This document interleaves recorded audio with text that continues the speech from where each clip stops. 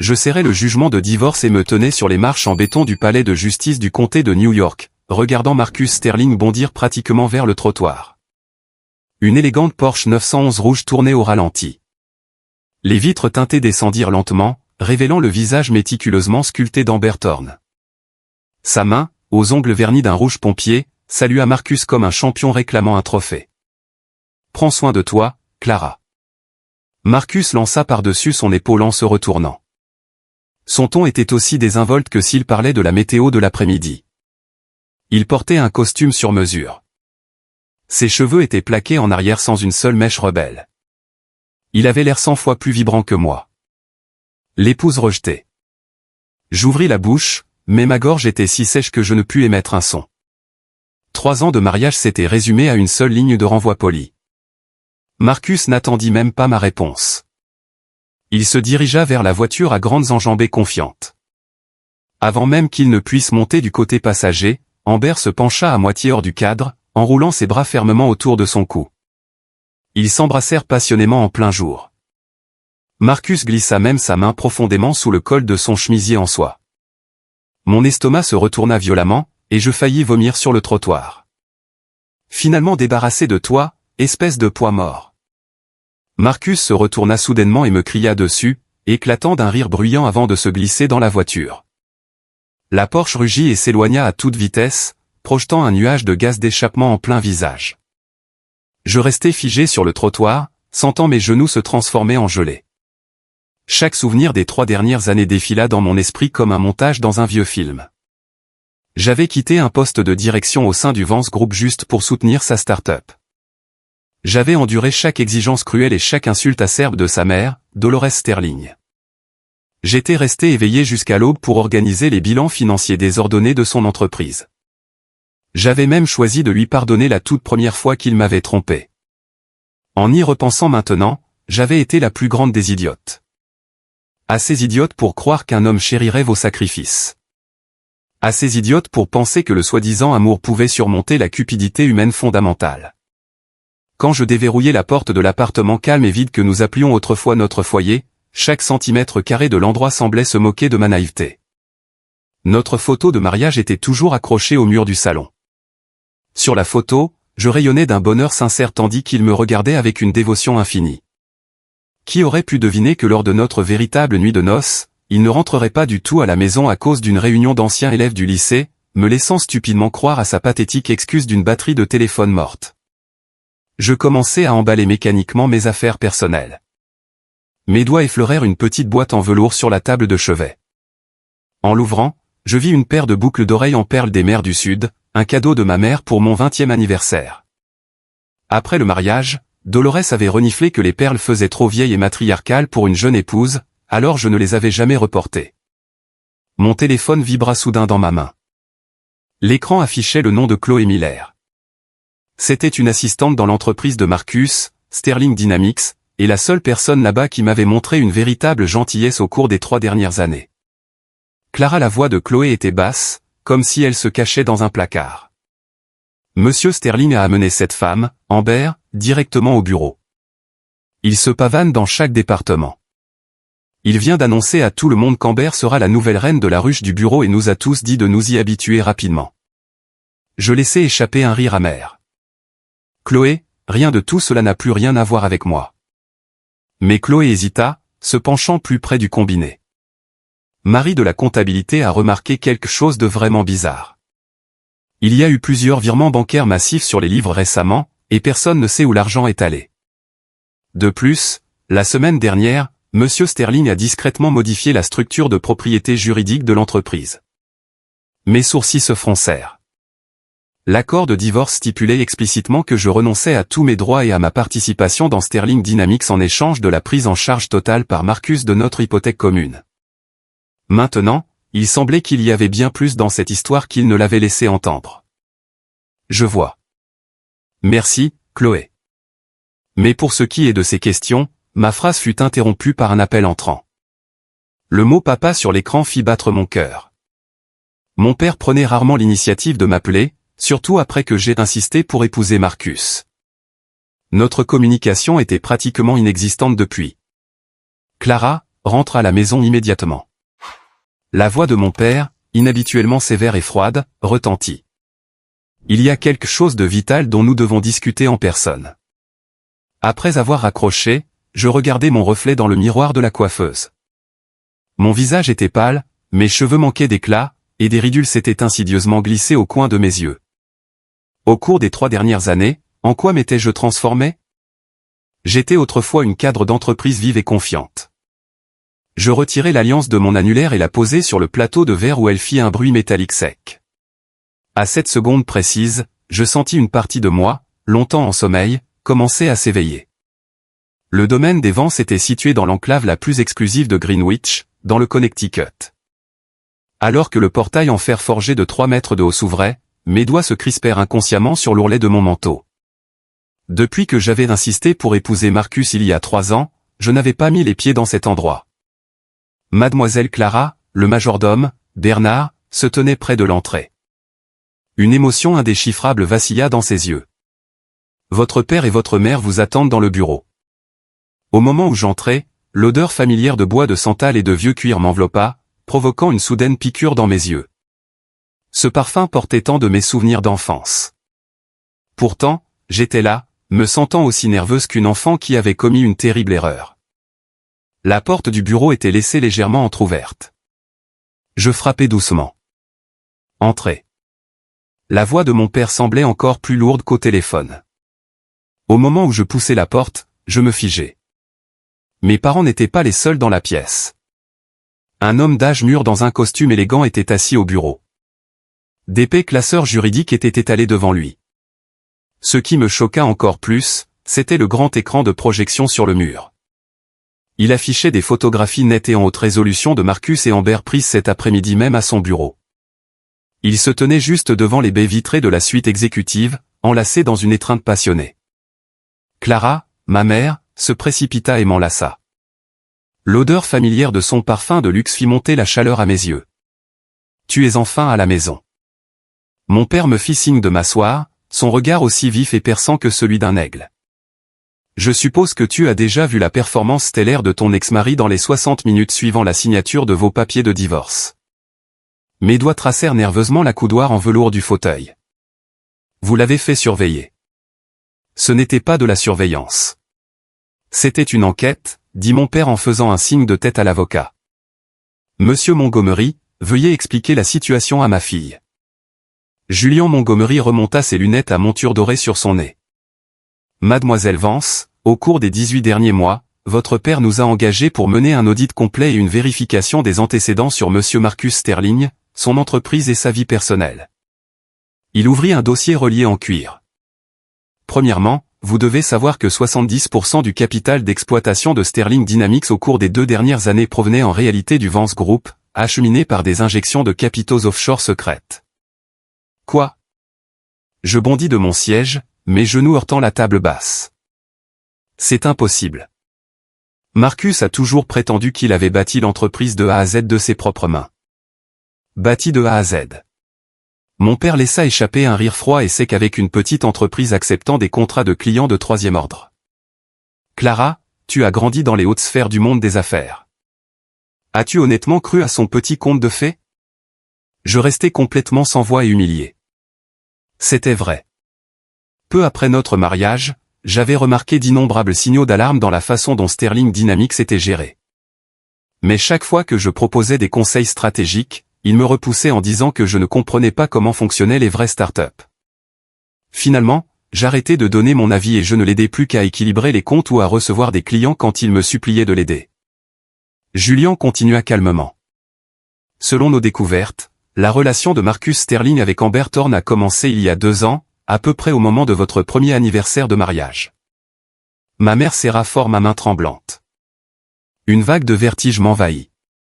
Pour notre premier anniversaire, j'avais attendu à la maison pendant 7 heures avec un dîner froid. Quand il était finalement rentré en titubant, sentant l'alcool, il avait prétendu être sorti tard pour divertir un client clé. La découverte la plus grave, dit Julian en se tournant vers une page marquée, est qu'au cours des 6 derniers mois, Monsieur Sterling a utilisé une comptabilité frauduleuse pour détourner environ 3,5 millions de dollars de l'entreprise. Une partie de ces fonds a été utilisée pour acheter un condominium de luxe à Tribeca pour Amber Thorne. Le reste a été alloué à la préparation de sa situation financière pour votre divorce. Mon père intervint, son ton glacial. Il a planifié chaque détail bien à l'avance, y compris de vous inciter à renoncer volontairement à votre participation dans l'entreprise. Les clauses de cet accord de divorce défilèrent devant mes yeux. Je me souvins comment Marcus avait solennellement juré que l'entreprise était noyée sous les dettes et qu'il assumait toutes les responsabilités juste pour me protéger. Quelle arnaque parfaitement exécutée. Pourquoi ne me l'avez-vous pas dit plus tôt? Ma voix tremblait de manière incontrôlable. Les yeux de ma mère s'emplirent de larmes. Clara, nous t'avons donné tellement d'indices. Mais à chaque fois, tu le défendais farouchement, t'éloignant même de nous à cause de ça. Les souvenirs revinrent en force comme un raz-de-marée. C'était vrai. Mes parents m'avaient subtilement averti à plusieurs reprises de vérifier les bilans de l'entreprise et avaient même proposé d'envoyer une équipe de jury comptable professionnel.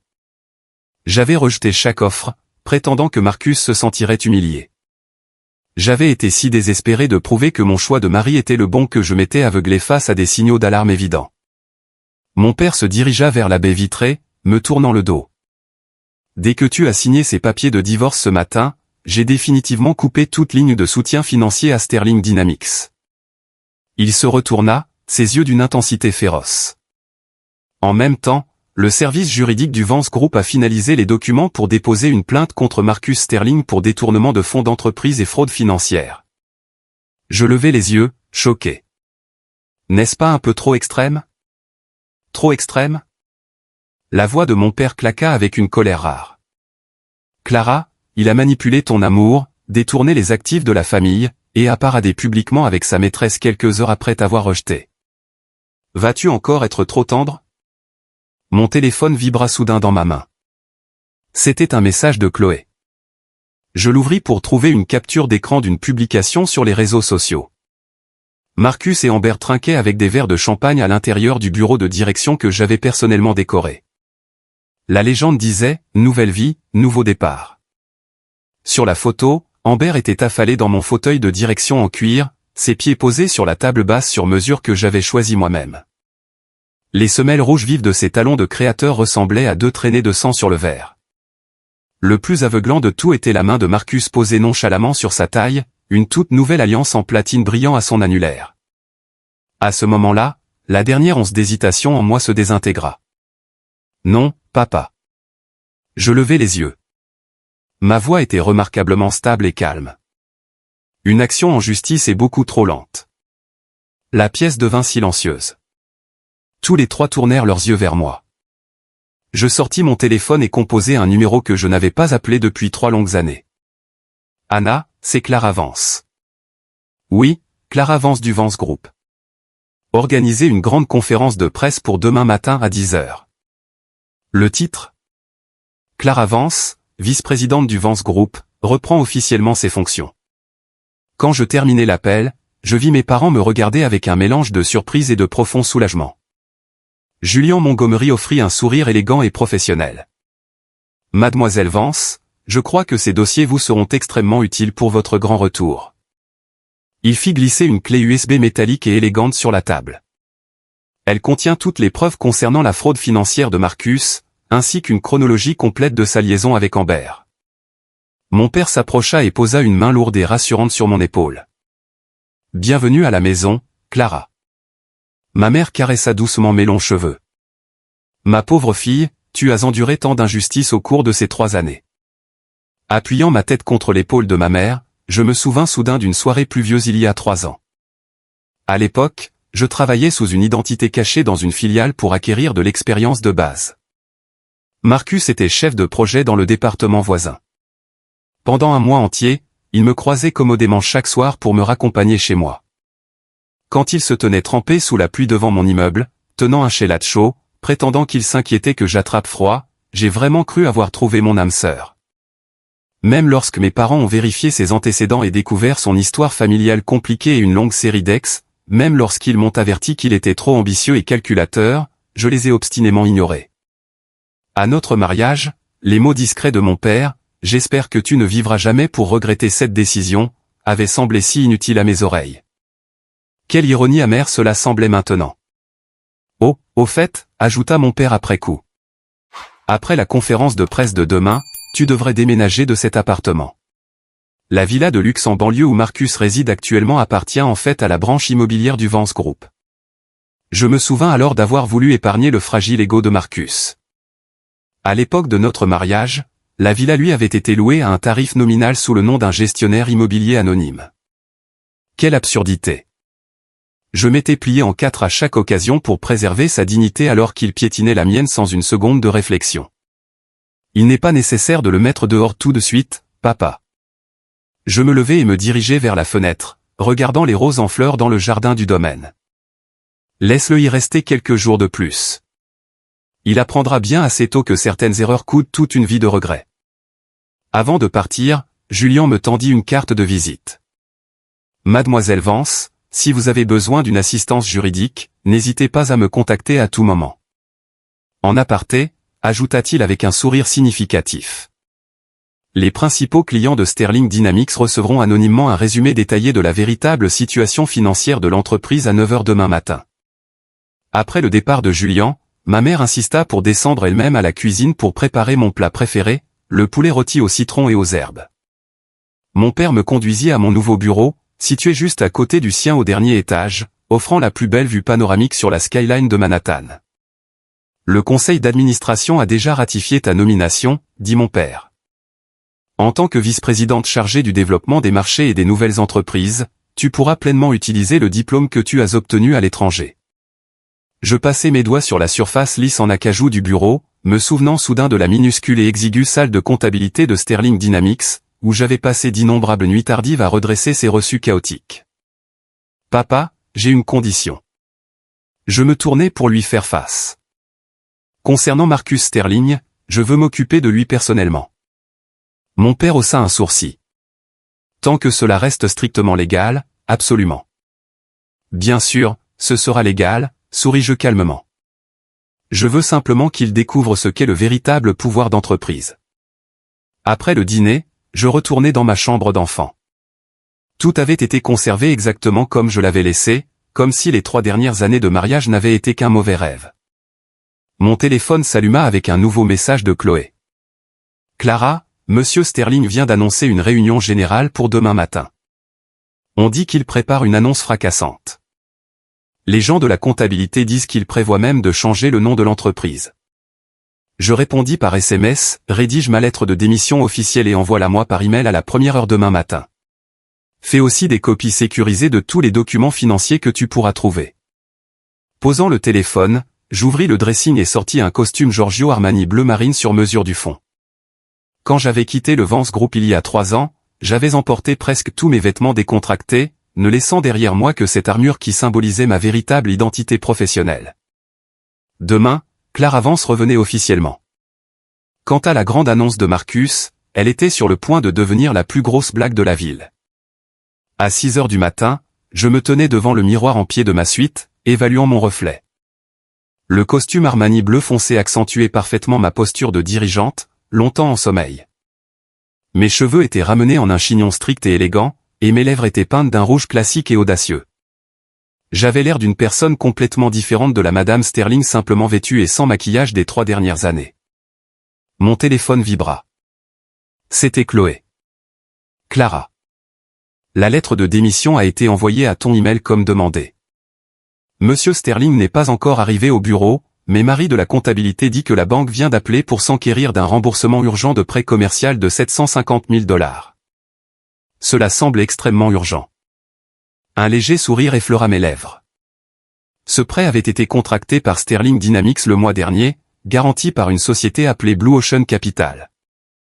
Marcus ne saurait jamais que Blue Ocean était en fait une société écran entièrement détenue par le Vance Group.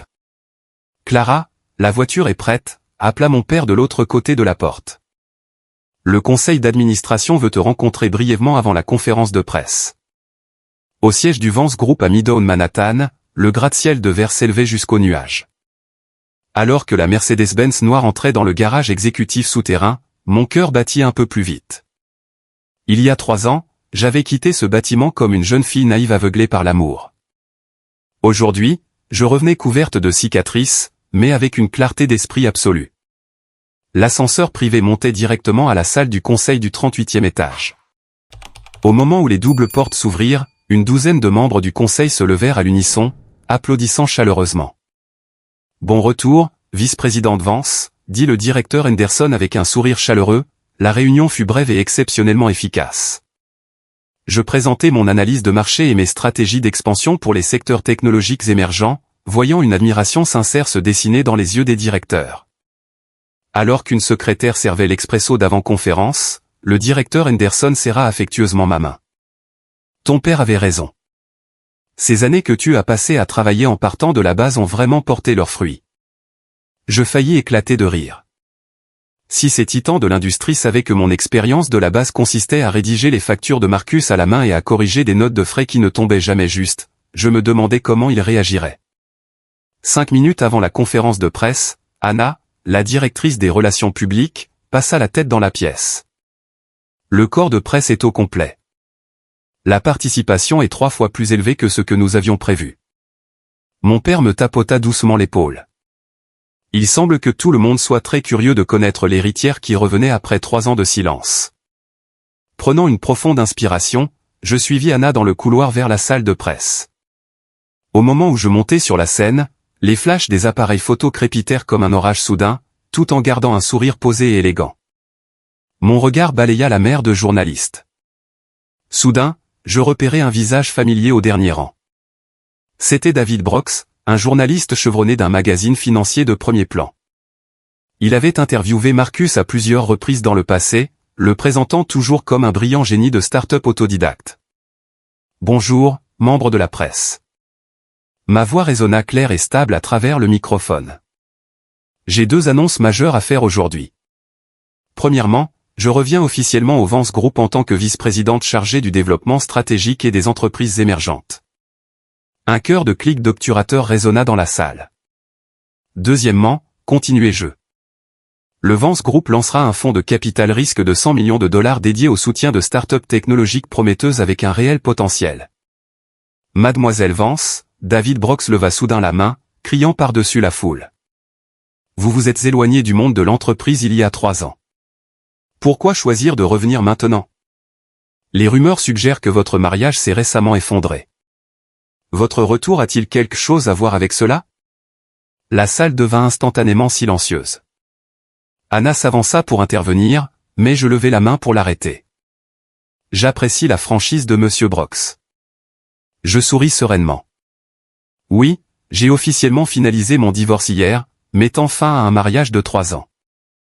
Quant à la raison de mon retour maintenant, je fis une pause, laissant mon regard balayer la pièce.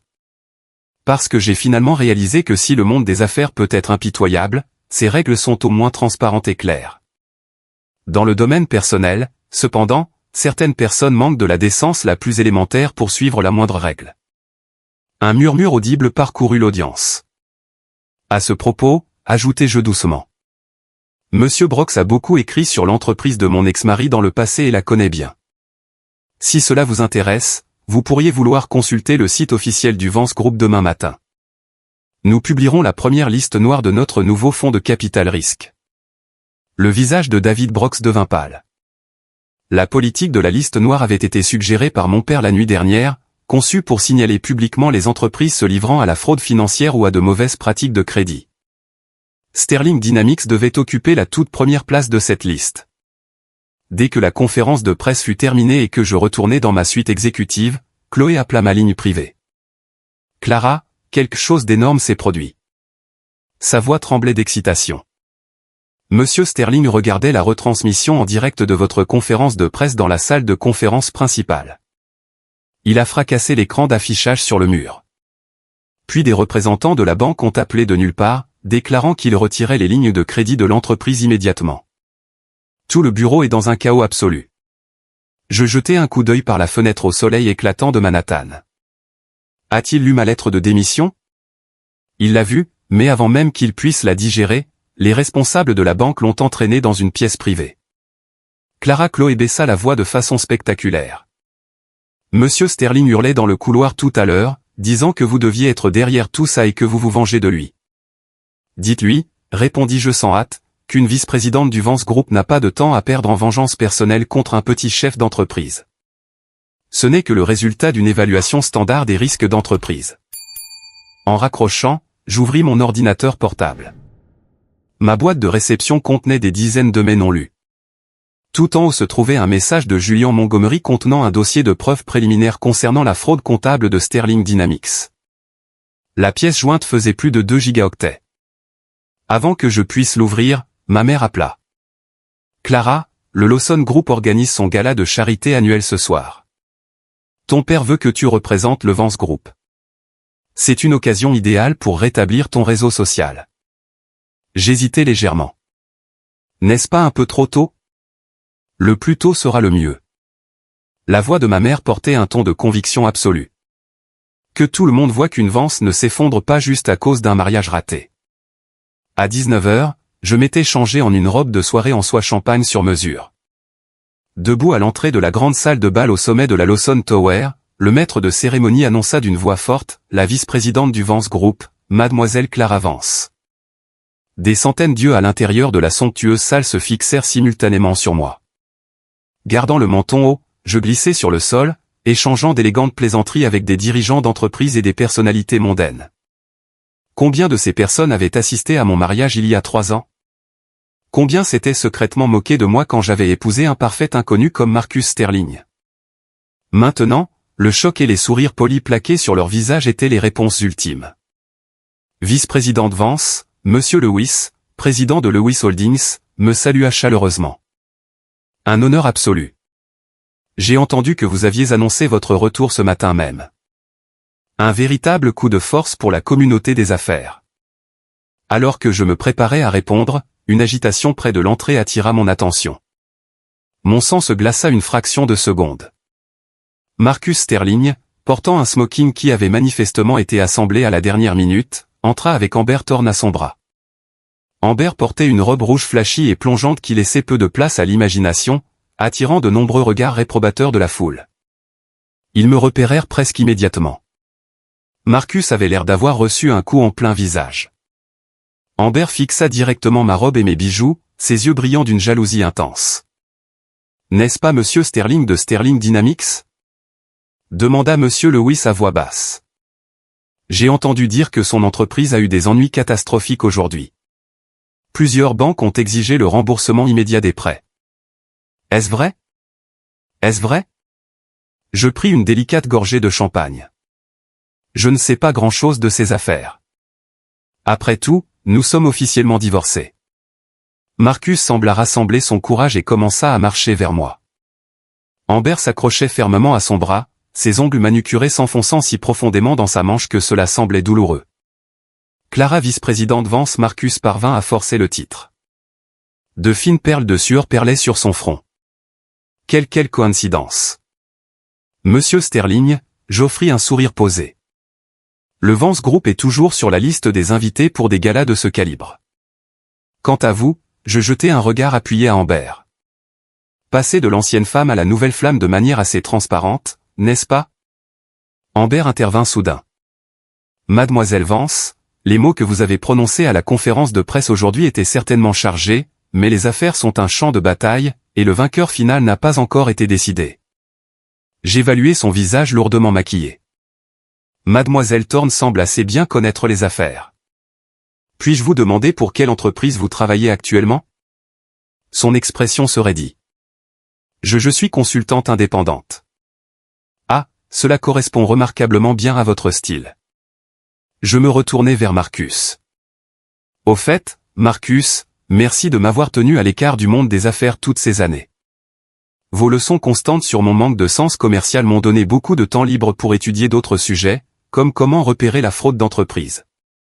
Le visage de Marcus se vida instantanément de sa couleur. Quoi ?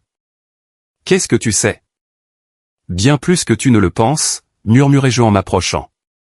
Par exemple, ce condo de Tribeca que tu as acheté pour Mademoiselle Thorne a été payé avec un fonds destiné à l'achat d'équipements auprès de fournisseurs. Amber arracha instantanément son bras de celui de Marcus. Quoi ? Tu as acheté ce condo avec des fonds volés à l'entreprise. Elle se tourna vers Marcus, sa voix s'élevant. Tu m'as dit que c'était payé avec tes rendements d'investissement personnel. Marcus paniqua, essayant frénétiquement de s'expliquer, mais fut interrompu par un homme en costume qui se précipitait vers lui. Monsieur Sterling, Dieu merci, je vous ai trouvé.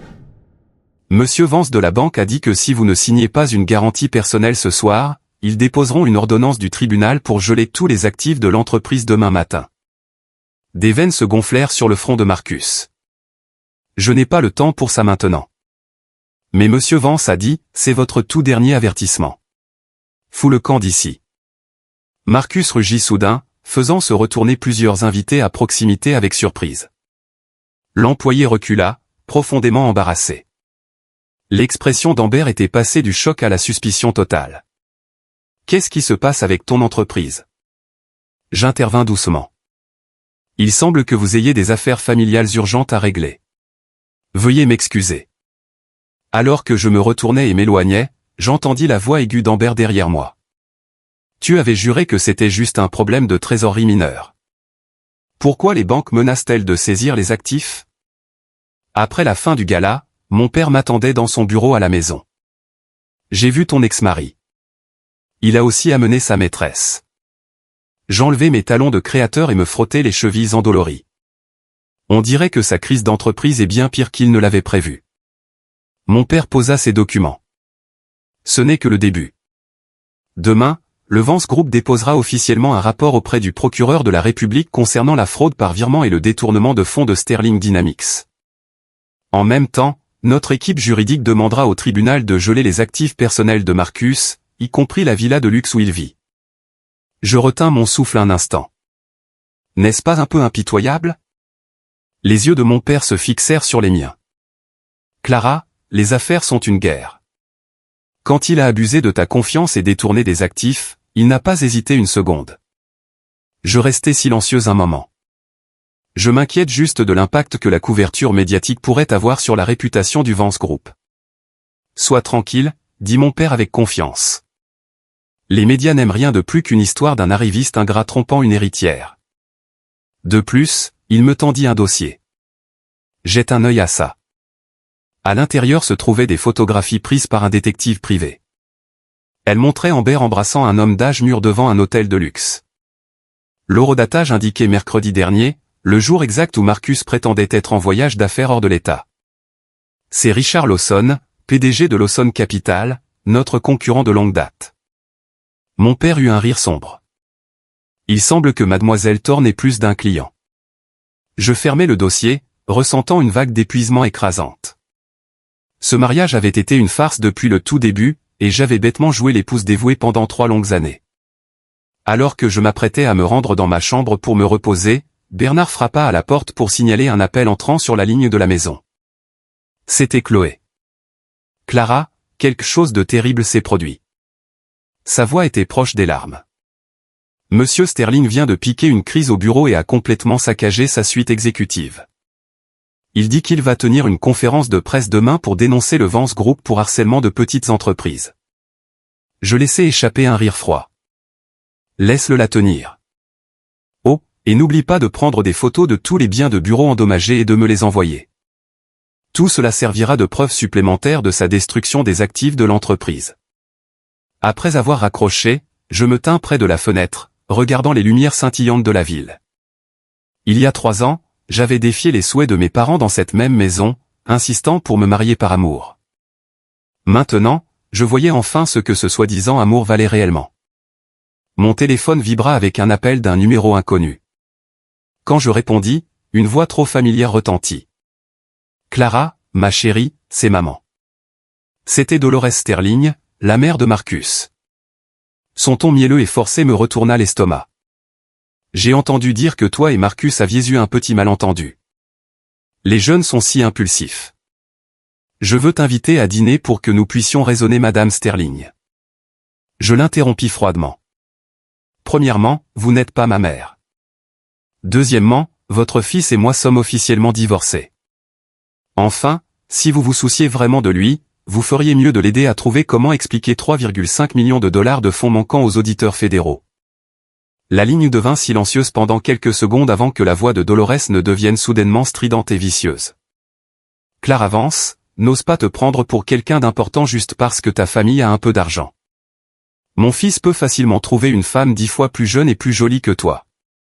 Bien sûr qu'il le peut, comme mademoiselle Amber Thorne, répondis-je calmement. Bien que vous ne sachiez peut-être pas qu'elle fréquente actuellement au moins 3 autres riches bienfaiteurs simultanément. Souhaitez-vous que je vous envoie les photos pour référence? Je raccrochai immédiatement. Une étrange vague de satisfaction m'envahit. Pour la première fois en 3 ans, j'avais tenu tête à la toxicité de Dolores, et c'était infiniment mieux que je ne l'avais jamais imaginé. Dehors, les lumières de la ville brillaient de 1000 feux. Demain, Marcus Sterling affronterait une tempête encore plus violente. Seulement cette fois, je ne serais pas là pour le protéger de la pluie. Je me tiendrais en toute sécurité au centre de la tempête, regardant calmement alors qu'il était consumé par les conséquences de ses propres actions. L'avis public de faillite de Sterling Dynamics resta en tête des nouvelles financières pendant 3 jours consécutifs. Je posai ma tablette et me frottai les tempes. Dehors, par les baies vitrées de la salle de conférence exécutive, la skyline de Manhattan était floutée en un gris brumeux par la pluie régulière. La réunion stratégique trimestrielle du Vance Group venait de se terminer. Ma proposition d'expansion sur le marché de l'Asie du Sud-Est avait été approuvée à l'unanimité par le conseil d'administration. Vice-présidente Vance, ma secrétaire, Chloé, frappa doucement sur le cadre de la porte. Monsieur Montgomery est ici. Il attend dans la salle de conférence 3. J'arrive tout de suite. À l'intérieur de la salle de réunion, Julian Montgomery se tenait près du mur de verre, regardant la pluie tomber dehors. Quand il se retourna, ses yeux derrière ses lunettes à monture dorée étaient tout aussi chaleureux et perspicaces qu'ils l'avaient été pendant nos années universitaires. Clara. Il sourit, m'appelant par mon prénom. 3 ans, et tu es encore plus radieuse qu'avant. Je lui fis signe de s'asseoir. Je ne m'attendais pas à ce qu'un avocat de renom comme vous s'occupe personnellement de notre cas. Un cas du Vance Group n'est jamais petit, dit Julien en ouvrant sa mallette en cuir, surtout quand c'est la demande d'un vieil ami. Il sortit une pile de documents. Le processus de liquidation de Sterling Dynamics est bien plus complexe que nous l'avions prévu. En plus de la fraude financière, nous avons découvert que Marcus Sterling a détourné les fonds de pension et d'assurance maladie des employés. Je pris le dossier. Ma main trembla légèrement lorsque mes doigts effleurèrent une photo du siège de Sterling Dynamics. L'espace de bureau autrefois animé avait maintenant des avis d'expulsion et des avertissements de saisie bancaire scotchés sur ses portes en verre. Comment va-t-il maintenant? Je gardai ma voix aussi détachée que possible. Julien remonta ses lunettes sur son nez. Pas bien. Depuis hier, tous les biens immobiliers et véhicules à son nom ont été gelés. Ce qui est intéressant, il se tourna vers une page surlignée, c'est que notre audit a révélé environ 450 000 $ transférés sur un compte privé appartenant à sa mère au cours des 2 dernières années. Je laissai échapper un rire amer. Dolores Sterling a toujours été comme ça, traitant son fils comme un distributeur automatique sans fin. Il y a une autre nouvelle que vous pourriez trouver amusante, ajouta Julien, une lueur d'amusement dans ses yeux. Mademoiselle Amber Thorne est officiellement devenue l'assistante exécutive spéciale de Richard Lawson chez Lawson Capital il y a 2 jours. Richard Lawson, l'homme d'âge mûr, surpris en train d'embrasser Amber devant l'hôtel.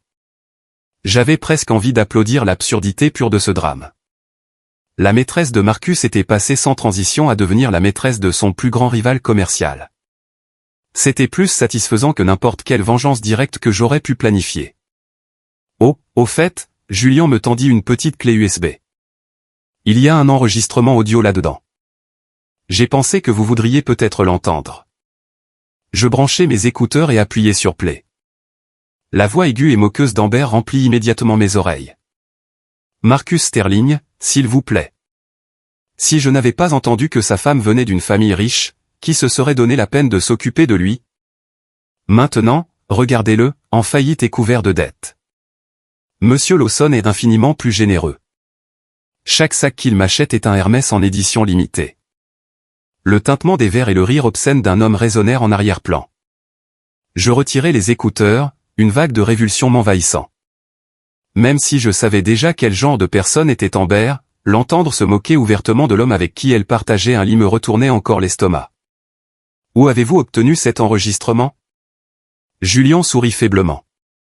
Fourni par le chauffeur personnel de Monsieur Lawson. En fait, Mademoiselle Thorne a déjà vendu plusieurs histoires intimes sur la vie privée de Marcus à des tabloïds. Je me levai et me dirigeai vers la fenêtre. La pluie tombait plus fort maintenant, laissant des traînées irrégulières, semblables à des larmes, sur la vitre. Il y a 3 ans, Marcus était plein d'entrain, me parlant sans cesse de ses rêves de bâtir un empire. Maintenant, il avait été trahi par son entreprise, sa maîtresse, et même sa propre mère, devenant la plus grande risée du quartier financier. « Clara, » demanda doucement Julien, « as-tu pitié de lui ?» Je me retournai. Je me demande juste. Comment peut-on être assez stupide pour tout gâcher pour une femme comme Amber? Pour abandonner? Pour t'abandonner, toi? Julien termina la phrase, ses yeux s'adoucissant. Une sonnerie soudaine de mon téléphone brisa l'atmosphère calme. C'était Chloé, sa voix frénétique au bout du fil. « Clara, Monsieur Sterling fait une scène énorme devant les portes d'entrée de la Vance Tower. Il exige de vous voir, et la sécurité a du mal à le retenir. » Je fronçai les sourcils. « Dites-lui de passer par les voies légales. Je n'ai aucune obligation de le rencontrer, mais il prétend avoir des informations vitales pour vous. Quelque chose à propos d'un partenariat secret entre le Vance Group et Lawson Capital. » Chloé baissa la voix. « Clara ? » Il a l'air complètement déséquilibré. Ses yeux sont injectés de sang et il empeste l'alcool. Julien et moi échangeâmes un rapide regard. Lawson Capital. Marcus avait-il découvert quelque chose? Je descends dans 20 minutes, dis-je en raccrochant. Julien se leva immédiatement. Je viens avec toi. Sous la pluie battante devant l'entrée de la Vance Tower, Marcus Sterling faisait les 100 pas comme un animal en cage. Son costume était froissé et trempé, ses cheveux mouillés plaqués contre son front. L'homme confiant et bien habillé d'avant avait complètement disparu. Au moment où il me vit sortir du bâtiment, il se jeta en avant, pour être aussitôt retenu de force par 2 gardes de sécurité. « Clara Vance » hurla-t-il, sa voix rauque et éraillée. « Tu savais depuis le début, n'est-ce pas? Toi et ce vieux renard, Richard Lawson, vous vous êtes ligués pour me détruire. » Je fis signe à l'équipe de sécurité de relâcher un peu la pression, cependant. Julien restait debout, alerte, juste à côté de moi. « Marcus, tu as beaucoup trop bu. »« Je ne suis pas ivre. » Il essuya la pluie de son visage, un regard sauvage et maniaque dans les yeux. J'ai creusé. Richard Lawson a commencé à préparer le terrain pour m'écraser il y a 2 ans. Et toi, tu savais tout ce temps et tu ne m'as jamais donné le moindre avertissement. L'accusation était si absurde que j'ai failli rire. Premièrement, je ne savais même pas qui était Richard Lawson à l'époque. Deuxièmement, t'attends-tu honnêtement à ce que je t'offre des conseils commerciaux après que tu m'aies trompé et que tu aies paradé avec Amber Thorne en ville? Le visage de Marcus se tordit de honte et de colère. D'accord, j'ai eu tort, mais tu ne peux pas rester là à me regarder me noyer, Clara. Cet argent, c'est une bouchée de pain pour ta famille. En ce moment, je ne peux même pas me payer un avocat pour ma défense. Julien s'avança calmement. Monsieur Sterling, si vous avez des questions juridiques, veuillez les adresser par les voies officielles. Dégage de ma vue. Marcus lança soudain un coup de poing sauvage vers Julien. Espèce de petit parasite.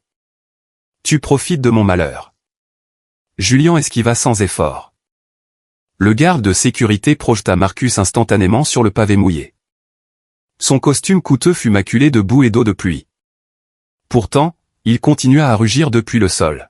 « Clara Vance, tu crois que tu as gagné? Laisse-moi te dire, la prochaine cible de Richard Lawson, c'est le Vance Group.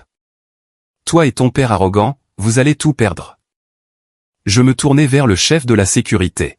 « Emmenez-le au poste de police. » Me tournant vers Julien, je demandai, « Ça va ?» Julien secoua la tête, regardant l'homme qui se débattait être traîné vers une voiture de police.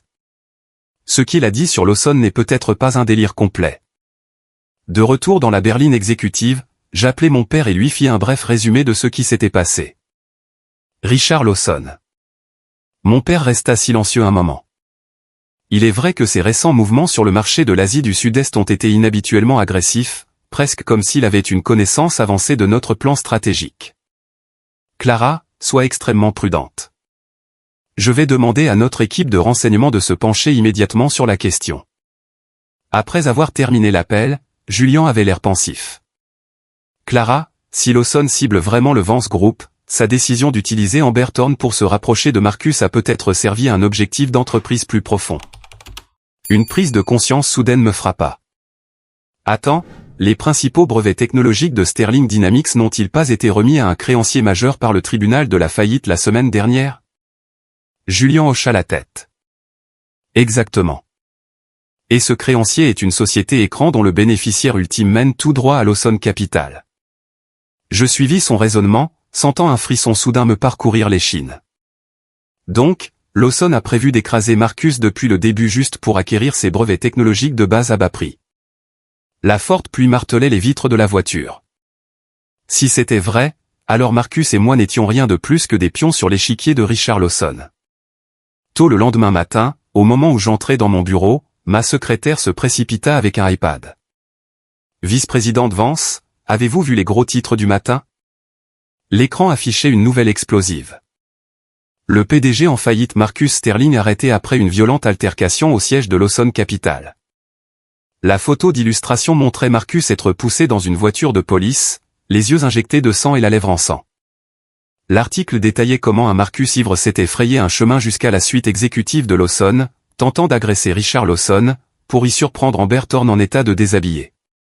Les témoins rapportèrent que Marcus avait complètement perdu la tête, hurlant des insultes à Amber avant de fracasser des œuvres d'art coûteuses dans tout le bureau. Pendant que je lisais, mon téléphone sonna. C'était un numéro non reconnu. Clara Vance. La voix stridente et hystérique de Dolores explosa dans le haut-parleur. « Es-tu satisfaite maintenant? Tu as ruiné mon fils. » Je répondis avec un calme glacial. « Madame Sterling, votre fils s'est ruiné lui-même.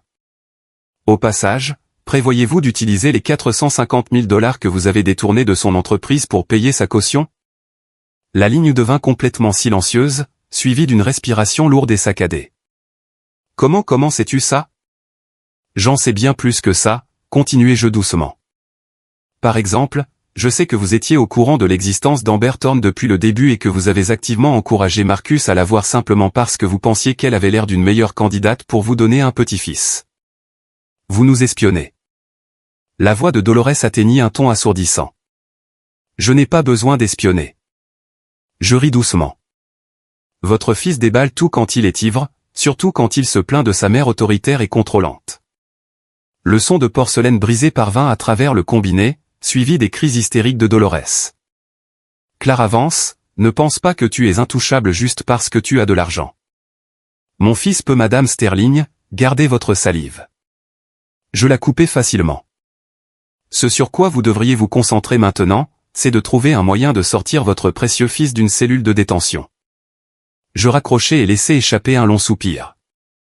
Le poids qui pesait sur ma poitrine depuis 3 longues années semblait se dissoudre avec ce simple appel téléphonique. À l'époque, un seul regard de Dolores pouvait me faire marcher sur des œufs. Maintenant, je pouvais lui faire face sans la moindre peur. Lors de la réunion du conseil d'administration de l'après-midi, mon père annonça un développement grave. Richard Lawson avait discrètement acquis de petites entreprises technologiques alliées au Vance Group, préparant une OPA hostile. Le problème le plus critique, mon père désigna un organigramme sur l'écran, et que par le biais d'entités offshore, il a déjà accumulé environ 8% des actions publiques du Vance Group. La salle éclata en chuchotements paniqués. 8% faisait de lui l'un de nos plus grands actionnaires externes. S'il continuait à acheter des actions, cela pourrait constituer une véritable menace pour la participation majoritaire de notre famille. Je me levai. Je crois que nous avons besoin d'une stratégie à 2 volets. Premièrement, utiliser nos fonds partenaires pour racheter les actions flottantes. Deuxièmement, je fis une pause. Trouver le talon d'Achille de Lawson. Mon père me regarda avec curiosité. Comme par exemple des preuves qu'il a utilisé des moyens illégaux pour obtenir une technologie propriétaire. Dis-je en me tournant vers Julian, Monsieur Montgomery, si nous pouvons prouver que Lawson a utilisé Amber Thorne pour voler des secrets commerciaux à Sterling Dynamics, pouvons-nous engager des poursuites pénales et civiles contre lui? Julian hocha fermement la tête. Absolument, mais nous avons besoin de preuves irréfutables. Laissez-moi m'en occuper, souris-je faiblement. Je suis sûr que Mademoiselle Thorne sera plus que disposée à coopérer, surtout une fois qu'elle apprendra que Monsieur Lawson a au moins 3 autres assistantes spéciales comme elle.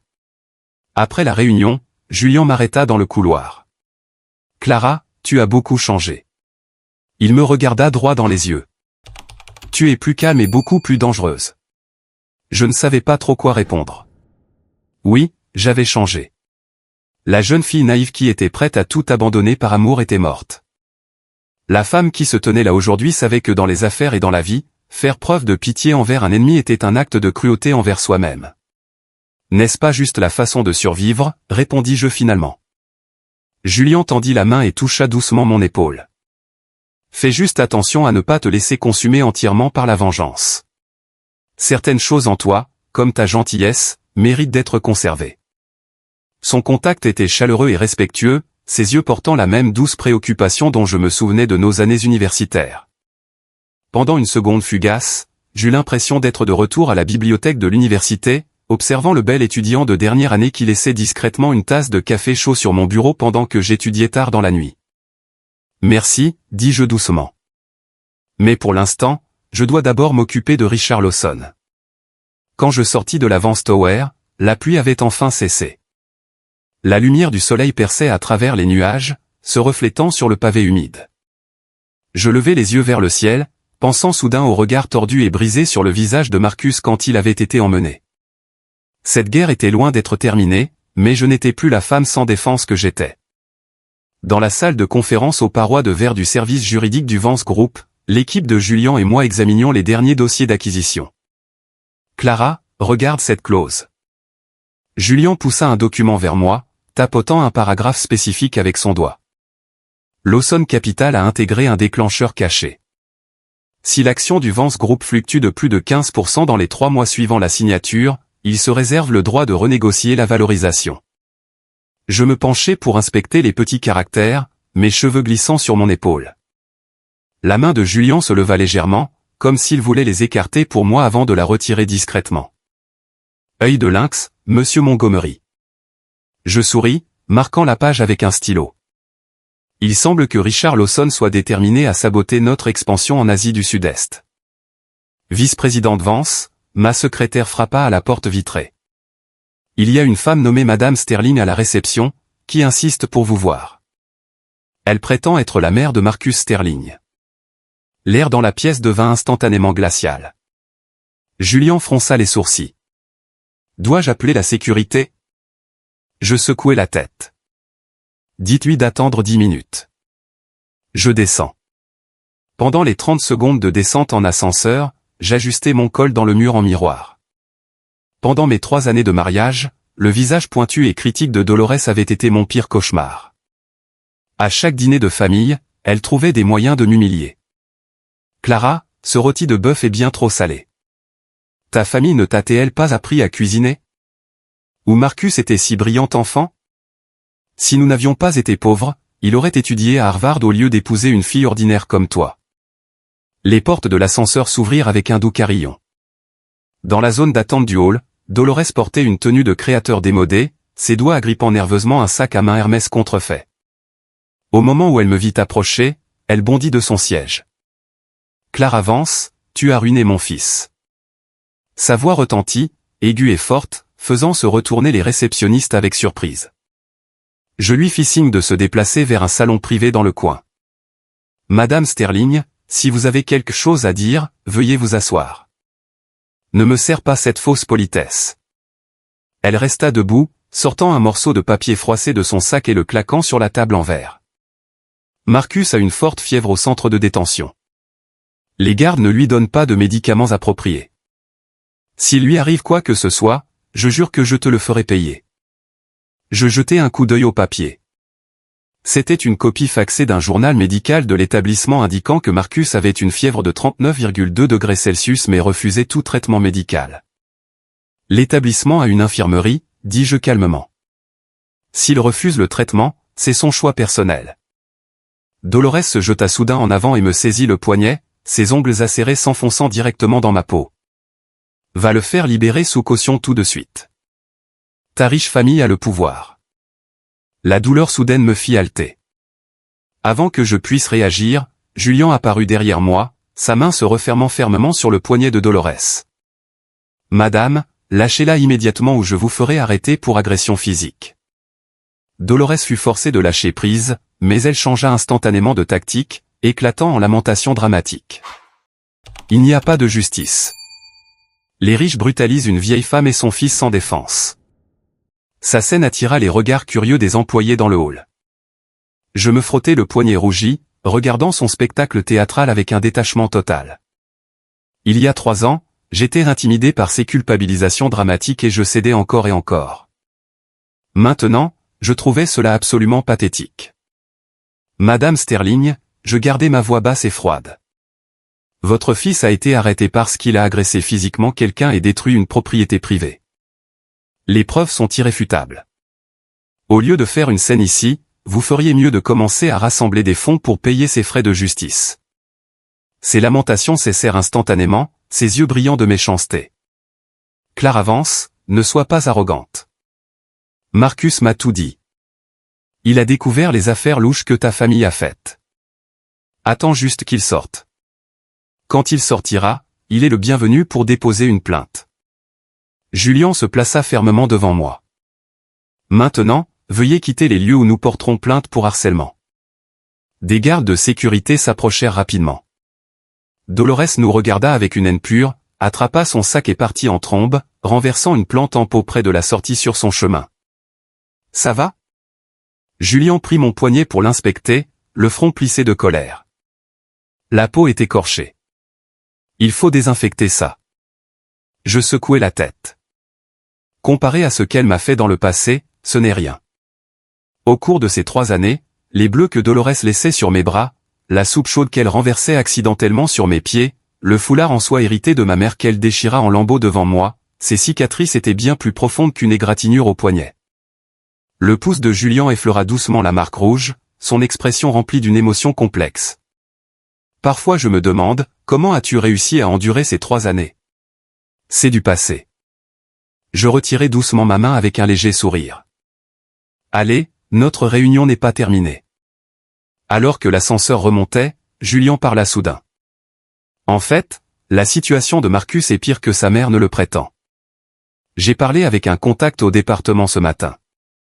Il a essayé de se blesser avec une brosse à dents en plastique la nuit dernière. Le garde l'a arrêté juste à temps. Je retins mon souffle. Pourquoi? On dit qu'il a vu un reportage télévisé. Julian me regarda de manière significative. Un reportage spécial intitulé L'héritière Vance, 3 ans d'identité cachée avec un arriviste de start-up. Je me mordis la lèvre inférieure. Les tabloïds n'allaient certainement pas laisser passer une histoire aussi dramatique. Je ne m'attendais simplement pas à ce que Marcus s'effondre aussi complètement à cause de ça. De retour dans la salle de conférence, mon esprit ne cessait de vagabonder. Je feuilletais les pages du contrat sans en absorber un seul mot. Aussi affreux que fût Marcus, s'il perdait vraiment la vie, mon téléphone vibra avec un message de Chloé. « Clara, Marcus vient d'être libéré sous caution. Sa mère a vendu tous ses bijoux et vidé son compte de retraite pour payer le garant de la caution. » Je répondis par SMS, « Où est-il maintenant ?» Chloé inconnue. Mais avant de partir, il n'arrêtait pas de marmonner qu'il devait exiger une réponse de votre part. Quelque chose à propos de votre véritable identité. Mon identité? Je fronçai les sourcils. Une pensée soudaine et dérangeante me traversa l'esprit. Marcus avait-il finalement réalisé qui j'étais vraiment grâce aux nouvelles? Quand nous nous sommes mariés, j'avais en effet dissimulé l'immense richesse de ma famille, prétendant venir d'un milieu modeste et de classe moyenne. Une fois la réunion terminée, je déclinai l'invitation à dîner de Julian et rentrai seul en voiture. Le soleil se couchait, peignant la ville dans des tons d'or liquide. Arrêté à un feu rouge, je consultai les réseaux sociaux et découvris que le hashtag Vance dénoncé frauduleux était dans le top 3 des tendances. En ouvrant le fil, je vis mes vieilles photos d'université à côté d'un bref profil de l'histoire de la famille Vance. La section des commentaires était déchaînée. Ce type est-il aveugle? Il a échangé une héritière valant des milliards contre un visage refait. Le retour de Clara Vance est une perfection absolue. Elle a enduré 3 ans juste pour le détruire en un seul coup. Je fermai l'application, sentant une oppression anormale dans ma poitrine. Aucun de ces inconnus en quête de commentaires ne comprenait à quel point j'avais essayé d'être une personne normale à l'époque. À quel point j'avais désespérément voulu prouver que je méritais d'être aimé pour qui j'étais, sans la fortune de la famille Vance attachée. Alors que j'arrivais au domaine des Vance, je remarquai une berline noire familière garée de travers sur le bord de la route. Mon cœur se serra. C'était la voiture de Marcus. Une silhouette était affalée sur le sol à côté du véhicule, tenant une bouteille d'alcool ouverte. Je m'approchai prudemment, sentant la forte odeur d'alcool. Marcus. La silhouette se redressa brusquement, révélant un visage émacié couvert d'une barbe naissante et négligée. En quelques jours seulement, il semblait avoir vieilli de 10 ans. Son costume était froissé comme un chiffon, sa cravate pendant lâchement. Clara Vance. Il tituba vers moi, empestant le bourbon. Tu es enfin de retour. Je reculai d'un pas et appuyai sur le bouton de l'interphone d'urgence près du portail. Tu as trop bu. S'il te plaît, pars. Partir. Marcus éclata d'un rire rauque et hystérique. Sûrement pas. J'ai tout perdu. Mon entreprise, ma maison, mon argent, ma mère a même hypothéqué sa maison. Tu sais pourquoi? Il se jeta plus près, ses yeux injectés de sang fixés sur moi. Parce qu'aujourd'hui, j'ai découvert que la femme avec qui j'ai été marié pendant 3 ans est la fille d'Arthur Vance. Donc il savait. Tu ne me l'as jamais dit. Marcus rugit, fracassant la bouteille d'alcool sur l'asphalte, envoyant des éclats de verre partout. Tu m'as regardé me vanter de mes pathétiques petites réussites comme un idiot. Tu aimais me voir me ridiculiser, n'est-ce pas? Les gardes de sécurité du domaine se précipitèrent, saisissant Marcus avant qu'il ne puisse m'atteindre. Il se débattit comme un fou, hurlant à plein poumon. Ta famille m'a piégé. Ces investissements, ces contrats, c'était tout un piège. Personne ne t'a piégé, dis-je froidement. C'est ta propre cupidité insatiable qui t'a ruiné. Tu as trahi notre mariage. Trahi? Marcus laissa échapper un rire bizarre et tordu. Et toi alors? Tu as caché ton identité et m'as épousé. Ne cherchais-tu pas juste une marionnette pathétique et obéissante? Pas de chance pour toi, Clara? Je ne suis pas le genre d'homme qui vit de la charité d'une femme. Ces mots étaient vifs et profonds. Prenant une profonde inspiration, je me tournai vers les gardes de sécurité. Escortez-le. S'il se présente à nouveau ici, appelez la police immédiatement. Alors que je me tournais pour entrer, Marcus hurla une phrase qui me glaça le sang. Tu crois que Richard Lawson s'en est pris à moi par hasard? C'est parce que ton père a tué son frère il y a 20 ans.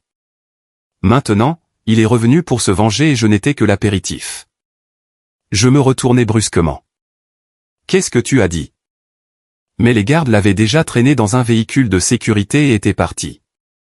Son dernier regard, rempli de haine pure et de désespoir, me fit frissonner. À l'intérieur de la maison, mon père était assis dans le salon. Une pile de vieux dossiers était étalée sur la table devant lui. Papa, je m'approchai et demandai directement. Marcus vient de prétendre que le frère de Richard Lawson est mort il y a 20 ans et que cela avait quelque chose à voir avec toi. Est-ce vrai? La main de mon père trembla visiblement. Comment pourrait-il savoir ça? Donc, c'est vrai. Je m'assis sur le canapé en face de lui. Que s'est-il réellement passé? Mon père retira ses lunettes, se frottant les tempes avec un profond épuisement. David Lawson, le frère cadet de Richard, était mon camarade de classe à l'université et mon premier partenaire commercial. Il y a 20 ans, il est mort dans une terrible explosion dans notre laboratoire de recherche. Richard a passé 2 décennies à croire que j'avais saboté le système de ventilation pour voler le brevet pour moi-même. J'haltais. L'as-tu fait? Bien sûr que non.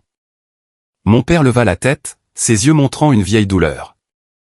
J'étais censé travailler au laboratoire ce soir-là, mais j'avais une urgence familiale. David a proposé de prendre mon service.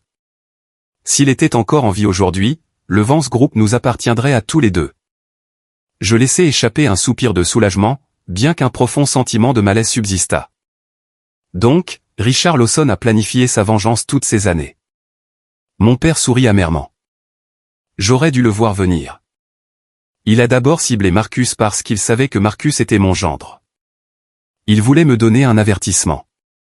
Tout s'emboîta soudain. Papa, les brevets clés détenus par l'entreprise de Marcus sont-ils essentiels pour le Vance Group? Mon père hocha la tête. Ils représentent une technologie de base dans un secteur clé.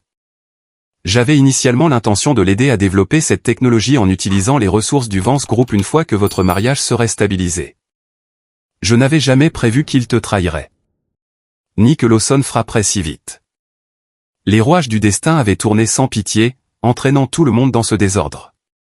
Clara, dit sévèrement mon père. À partir de maintenant, tu dois être extrêmement prudente. Richard Lawson ne reculera devant rien. J'ai peur qu'il ne te cible directement. Je n'ai pas peur. Je croisai le regard de mon père. Mais ce que Marcus a dit m'a fait réaliser quelque chose. Si nous pouvons prouver que Lawson a acquis ses brevets par sabotage illégal et espionnage industriel, pouvons-nous riposter légalement? Mon père eut l'air pensif. En théorie, oui, mais nous avons besoin de preuves concrètes. Laisse-moi m'en occuper. Je pris mon téléphone et composai le numéro de Julian. Julian, j'ai besoin que tu fasses une vérification complète des antécédents sur quelque chose pour moi. Tard cette nuit-là, je me tins près de la fenêtre de ma chambre, regardant le jardin de roses baigné de clair de lune. La voix de Marcus résonnait dans ma tête. Tu as caché ton identité et m'as épousé, ne cherchais-tu pas juste une marionnette obéissante? Peut-être qu'une petite partie de ce qu'il a dit était vrai.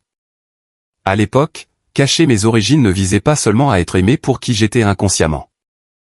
Avais-je aussi peur? Peur que quiconque m'aimait ne soit intéressé que par le nom et la fortune des Vance. Cette peur m'avait poussé à choisir la pire personne possible à qui faire confiance. L'écran de mon téléphone s'alluma avec un message de Julian. J'ai trouvé quelque chose de crucial. La société Écran qui a acheté les brevets technologiques de Sterling Dynamics est enregistrée au nom d'une femme nommée Amber Thorne. Parlons-en demain. Je fixai le nom. Une terreur froide me parcourut l'échine. Amber Thorne.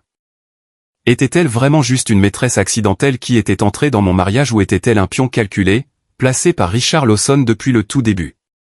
Tôt le lendemain matin, au moment où j'arrivais à la Vance Tower, ma secrétaire se précipita dans mon bureau. Vice-présidente Vance, il y a eu un autre incident. Marcus Sterling a eu une violente bagarre devant l'immeuble d'Amber Thorne la nuit dernière. Il a été de nouveau arrêté. J'ouvris l'onglet des nouvelles du divertissement en ligne. Le titre disait « Le drame s'intensifie ». L'ex-mari arrêté après avoir attaqué un nouveau rival. La photo d'accompagnement montrait Marcus cloué au sol avec un visage ensanglanté.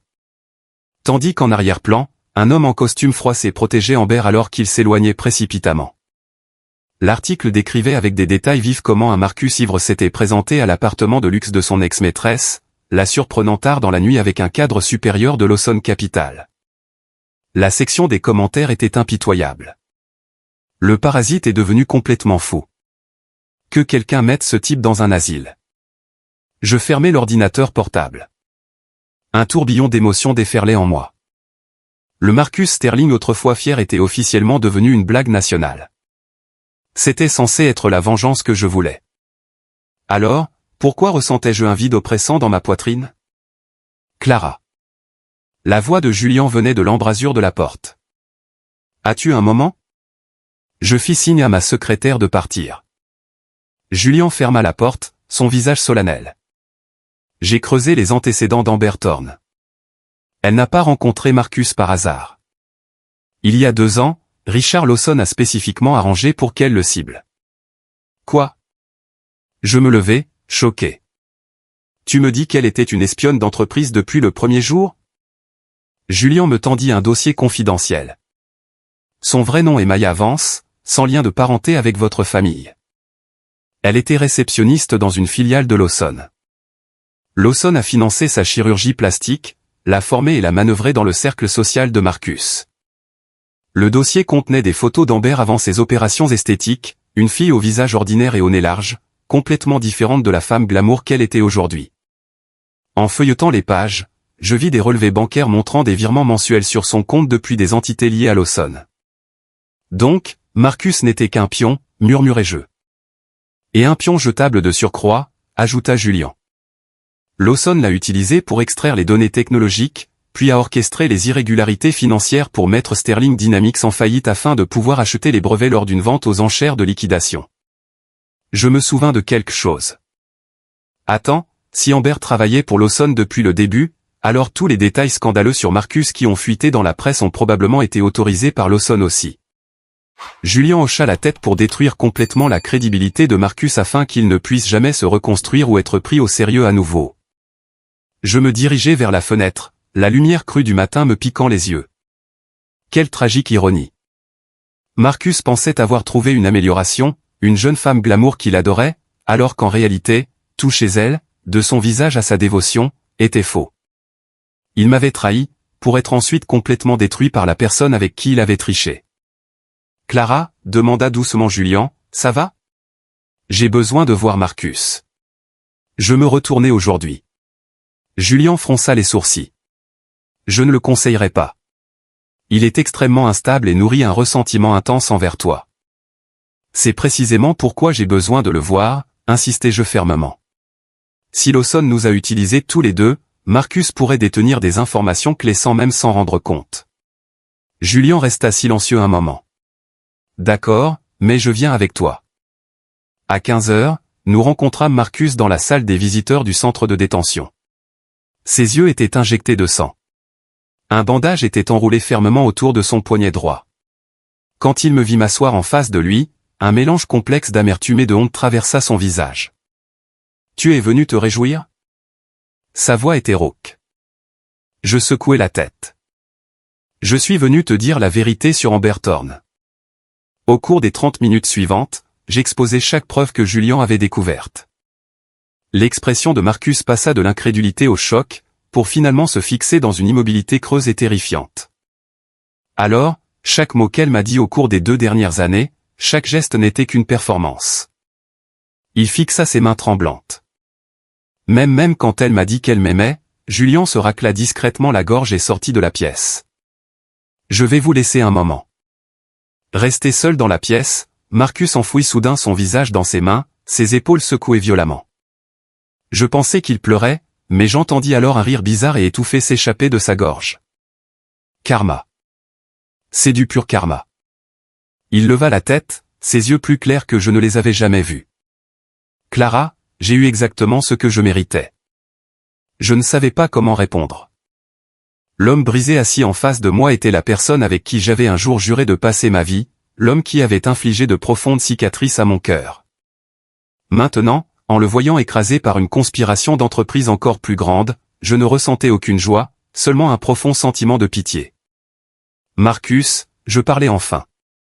Si tu as la moindre preuve contre Richard Lawson, c'est ta seule chance de te défendre. Il resta silencieux un long moment avant de se pencher en avant, gardant sa voix extrêmement basse. Dans mon bureau, il y a un compartiment caché derrière le tiroir du bas. Il y a une clé USB noire dedans. Le mot de passe est la date de notre anniversaire de mariage. Mon cœur battait la chamade. Qu'y a-t-il dessus? Il contient des sauvegardes de tous mes messages textes et échanges de mai avec Amber, murmura Marcus. Elle a mentionné à plusieurs reprises des instructions spécifiques de son patron. Ça pourrait être énorme. Autre chose? Dit Arthur Vance. Les yeux de Marcus brûlèrent soudain d'une intensité que Lawson a un infiltré haut placé à la SEC. Il prévoit de lancer une campagne massive de vente à découvert contre l'action du Vance Group au début de la semaine prochaine. Je me levai immédiatement. Je transmettrai le message. Prends soin de toi. Alors que je me tournais pour partir, il appela doucement. Clara, je suis désolé. Ces 2 mots étaient si simples, mais ils portaient un poids qui semblait arriver des années trop tard. Je ne me retournai pas. Je fis simplement un léger signe de tête et sortis par la porte. Dans le couloir, Julien était au téléphone, son expression mortellement sérieuse. Au moment où il me vit, il raccrocha rapidement. Clara, nous venons d'apprendre. Richard Lawson a officiellement lancé son attaque de vente à découvert sur les actions du Vance Group. Ça a commencé il y a 1 heure, bien plus vite que Marcus ne l'avait prédit. Ma poitrine se serra.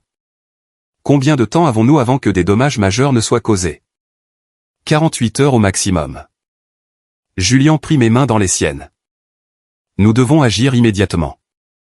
En sortant de l'établissement, la lumière brillante du soleil me fit plisser les yeux. Cette bataille avait dépassé de loin une querelle personnelle entre un ex-mari et sa femme. Je me tenais au cœur de la tempête. Qu'y avait-il d'autre de caché sur la clé USB de Marcus? Comment allions-nous contrer la manipulation agressive du marché par Lawson? Plus important encore, dans ce jeu à enjeux élevés de guerre d'entreprise, comment allais-je protéger l'entreprise et ma famille sans me perdre moi-même dans le processus? Dans le centre de sécurité réseau du siège du Vance Group, des indicateurs d'avertissement rouge clignotaient sur les moniteurs centraux. Les cyberattaques rebondissent sur des serveurs dans 3 pays différents. Le chef ingénieur informatique essuya la sueur de son front. Quiconque est derrière ça est venu préparer. Il cible directement nos bases de données financières principales. Je fixais les lignes de code qui défilaient, mon estomac noué. C'était la 3e tentative de violation de réseau majeur en 48 heures. Nous avions réussi à repousser les 2 premières, mais celle-ci était bien plus agressive. Mon père se tenait à côté de moi, la mâchoire serrée. Pouvez-vous tracer l'adresse IP d'origine? C'est presque impossible. L'ingénieur secoua la tête. Ils utilisent des protocoles de cryptage de niveau militaire. Julien entra dans la pièce d'un pas rapide, tenant un document d'audit de sécurité. Je viens de recevoir cette analyse d'un contact de la cyberdéfense fédérale. Cette signature de cryptage spécifique n'est déployée que par une poignée de firmes privées de premier plan. Lawson Capital a acquis une société de cybersécurité spécialisée dans la guerre d'entreprise à la fin de l'année dernière. L'expression de mon père s'assombrit. Lawson essaie de paralyser complètement nos opérations. Mon téléphone vibra avec un SMS d'un numéro inconnu. Vérifie tes emails. Preuve vitale. MM pour Marcus.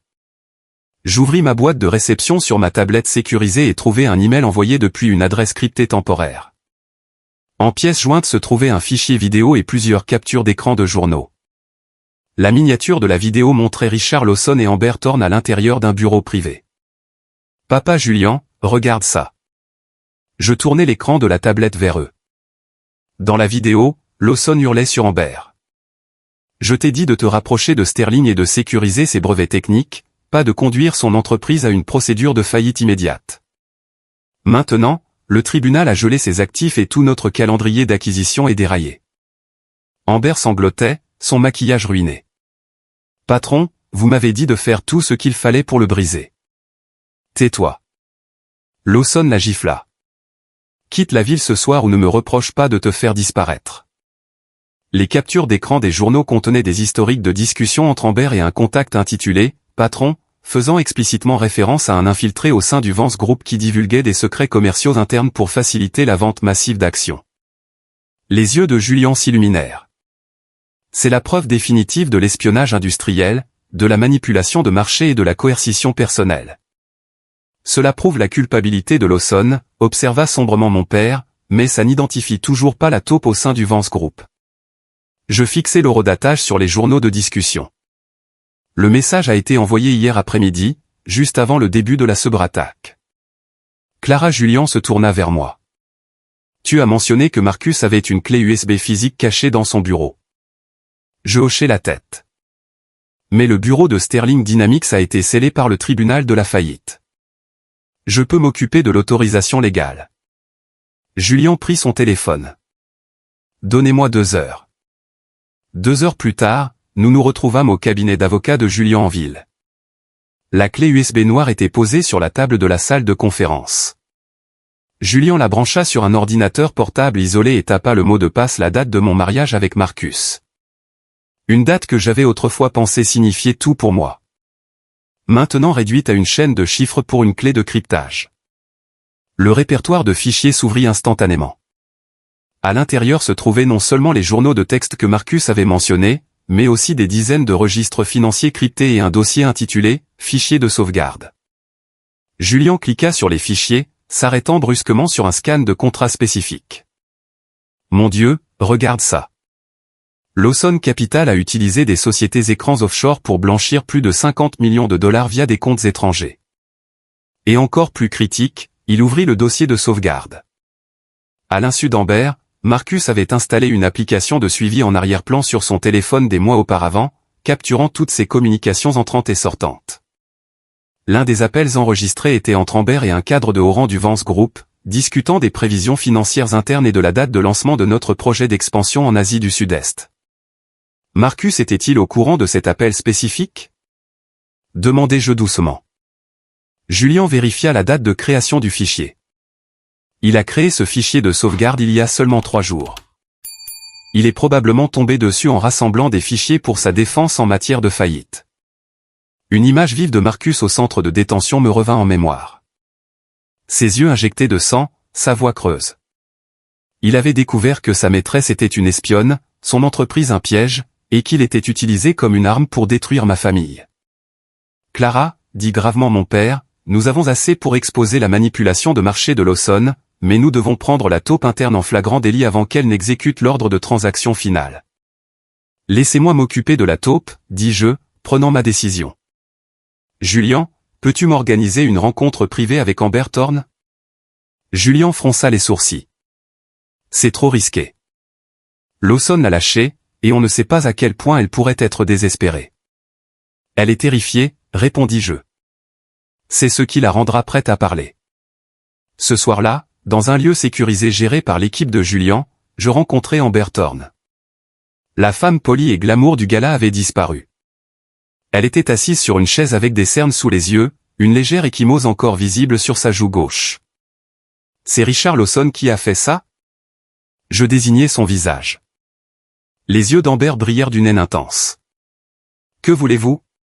Venir rire de moi? Je vous offre une porte de sortie? Je m'assis en face d'elle. Savez-vous combien d'années vous risquez pour espionnage industriel, fraude par virement et complot? Vous ne pouvez pas m'intimider. Sa voix se brisa de panique. Je ne sais rien. C'est Marcus qui a tout fait. Mademoiselle Thorne, intervint calmement Julien. Nous avons vos journaux de communication complets avec Lawson ainsi que des relevés bancaires montrant des transferts offshore directs sur votre compte. Vous risquez 15 ans dans un pénitencier fédéral. Le visage d'Amber se vida de sa couleur. Je fis glisser un document juridique sur la table. C'est un accord en bonne et due forme avec le bureau du procureur. Si vous témoignez contre Richard Lawson, nous pouvons vous garantir une immunité totale contre les poursuites pénales. Ses mains tremblaient violemment alors qu'elle feuilletait les pages. Vous pouvez garantir que je n'irai pas en prison. Nous pouvons vous garantir le meilleur accord de plaidoyer possible. Je la regardai droit dans les yeux. Mais vous devez tout nous dire maintenant. Qui est le contact de Lawson au sein du Vance Group? Amber se mordit la lèvre, ses épaules s'affaissant de défaite. Je ne connais pas son vrai nom. Je jure que je n'ai jamais transmis d'informations que par le biais d'un relais email crypté. Quel genre d'informations? Les procès-verbaux des réunions du conseil d'administration, les projections de revenus trimestriels, et la semaine dernière, j'ai transmis les spécifications techniques de votre nouvelle ligne de produits pour l'Asie du Sud-Est. Julien et moi échangeâmes un regard vif. Le projet de l'Asie du Sud-Est était sous ma supervision directe. Seule une poignée de cadres supérieurs avait accès à ces fichiers. Une dernière question. Je me penchai en avant. Pourquoi Lawson est-il si obsédé par la destruction de la famille Vance? Est-ce vraiment juste à propos de la mort de son frère il y a 20 ans? Amber secoua frénétiquement la tête. C'est plus que ça. Lawson dit toujours qu'Arthur Vance a volé le brevet fondateur qui a construit le Vance Group. Il a juré qu'il ferait subir à la fille d'Arthur la même douleur qu'il a ressentie en perdant sa famille. Mon sang se glaça. Donc Lawson n'avait pas choisi Marcus par hasard. Il avait spécifiquement ciblé mon mariage pour infliger un maximum de dommages psychologiques et financiers à ma famille. En quittant la planque, l'air de la nuit était vif. Julien insista pour me ramener à Greenwich. Clara. Julien rompit le silence alors qu'il conduisait la voiture sur l'autoroute. Je pars à Boston demain matin. Ma mère a appris que nous travaillions ensemble. Mon cœur se serra légèrement. Désapprouve-t-elle? Julien offrit un sourire amer. Elle a des opinions très traditionnelles. Elle croit qu'une femme divorcée porte trop de bagages pour la réputation de notre famille. Laisse-moi deviner. Je terminai sa phrase. Sentant une douleur familière dans ma poitrine. Elle pense que je suis une marchandise endommagée. Julien gara la voiture sur le bas-côté et se tourna vers moi. Je vais lui parler. Donne-moi quelques jours pour lui faire comprendre. Je tendis doucement la main et retirai ma main de la sienne. Il n'est pas nécessaire de forcer, Julian. Les préjugés profondément enracinés ne disparaissent pas du jour au lendemain. J'ai passé 3 ans à essayer d'obtenir l'approbation d'une belle-mère qui me détestait depuis le premier jour. Je ne le referai pas, Clara. Mon téléphone sonna, le coupant. C'était le portail de sécurité du domaine des Vance. Mademoiselle Vance, Madame Dolores Sterling est au portail principal et cause une énorme perturbation. Elle exige de vous voir immédiatement. Dites-lui que je ne suis pas à la maison. Elle prétend avoir des informations cruciales concernant Richard Lawson, ajouta le garde précipitamment. Elle dit, si vous ne la rencontrez pas maintenant, la famille Vance le regrettera. Julian et moi échangeâmes un regard. Laissez-la entrer dans le salon des visiteurs, nous serons là dans 10 minutes. Dans le salon des visiteurs du domaine, Dolores faisait les 100 pas comme un animal en cage. Au moment où j'entrai, elle se jeta en avant, mais Julian lui barra le chemin. Clara Vance, hurla-t-elle, les yeux rouges. Marcus a disparu.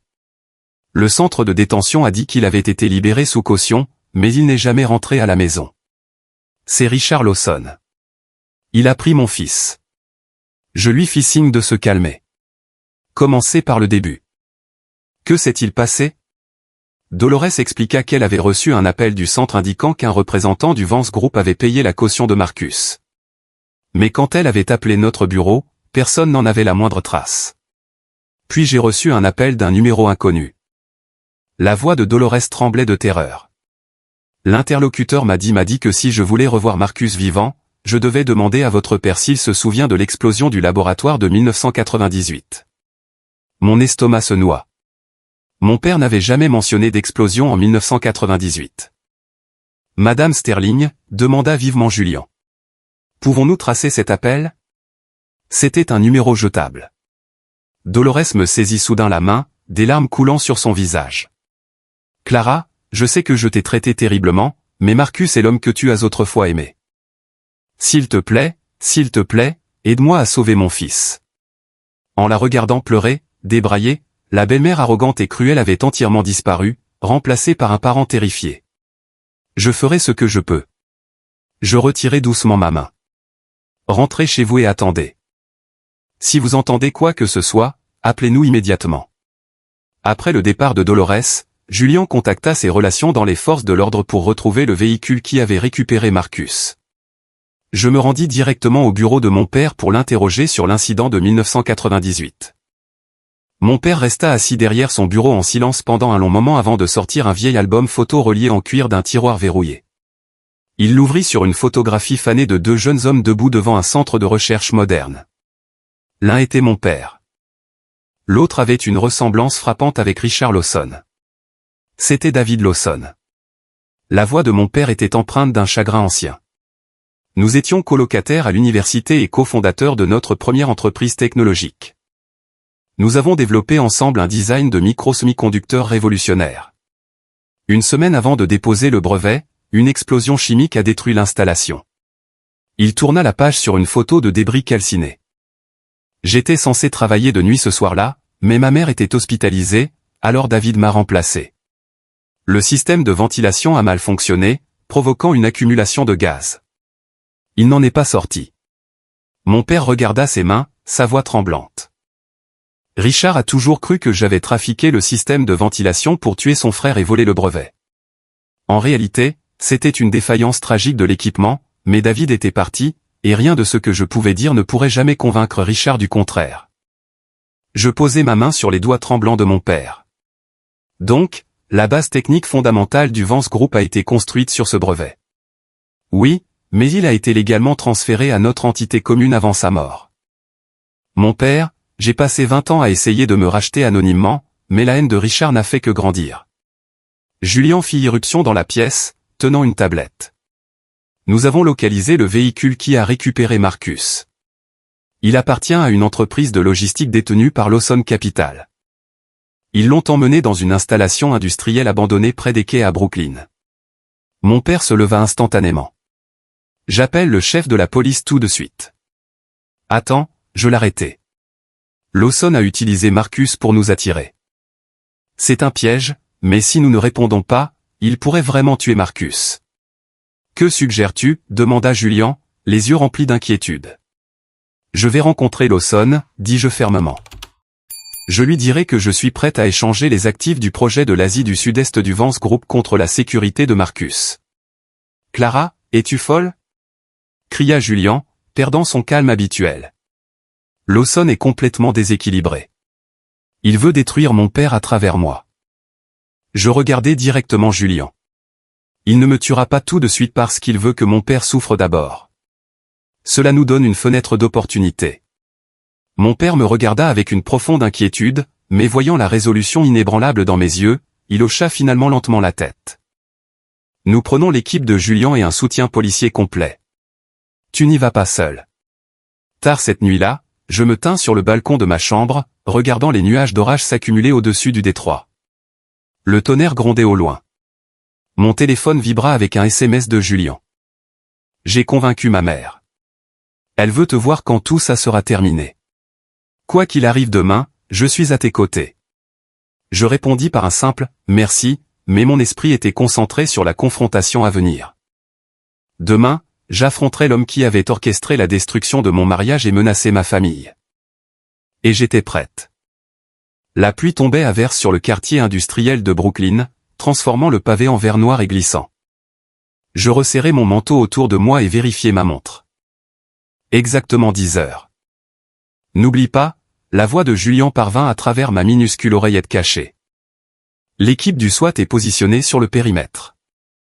Au moment où tu donneras le signal, nous interviendrons. Je fis un signe de tête subtil vers une caméra cachée dans mon revers. Poussai la lourde porte rouillée de l'entrepôt abandonné et entrai. L'air sentait le béton humide et la vieille huile de machine. Au centre de l'immense espace, une seule lumière suspendue illuminait une chaise en bois. Marcus Sterling y était attaché, la tête basse, le visage meurtri et enflé. Debout juste à côté de lui se tenait Richard Lawson, vêtu d'un costume gris impeccable qui semblait totalement déplacé dans le bâtiment délabré. Mademoiselle Vance, pile à l'heure, sourit Lawson, sa voix résonnant sur les hauts plafonds. Je dois admettre que je suis impressionné par votre courage. Laissez-le partir, dis-je, gardant ma voix stable alors que je marchais vers le cercle de lumière. J'ai apporté les documents de transfert signés pour les droits technologiques de l'Asie du Sud-Est. Lawson laissa échapper un rire sec et glacial. Me prenez-vous vraiment pour un idiot, Clara? Vous pensez que je me soucie d'un transfert de technologie? Je vous ai amené ici pour finir ce qui aurait dû être fait il y a 20 ans. Il sortit un couteau de chasse à lame de sa veste, posant le plat de la lame contre le cou de Marcus. Marcus bougea légèrement, ses yeux injectés de sang s'ouvrant pour se fixer sur moi. Clara, halta-t-il, sa voix à peine un murmure. Sors d'ici. C'est un piège. Tais-toi. Lawson frappa la poignée du couteau contre la tempe de Marcus, le faisant gémir de douleur. Lawson. Je fis un pas en avant, détournant son attention de Marcus. Tu penses que mon père a tué ton frère, mais tu as tort. J'ai le rapport d'enquête officiel original de 1998. Je sortis un document jauni de la poche de mon manteau. L'explosion a été causée par une soupape de pression défectueuse que David connaissait et qu'il a choisi de risquer. Mon père n'était même pas dans l'état quand c'est arrivé. Mensonge, rugit Lawson, son sang-froid finissant par céder.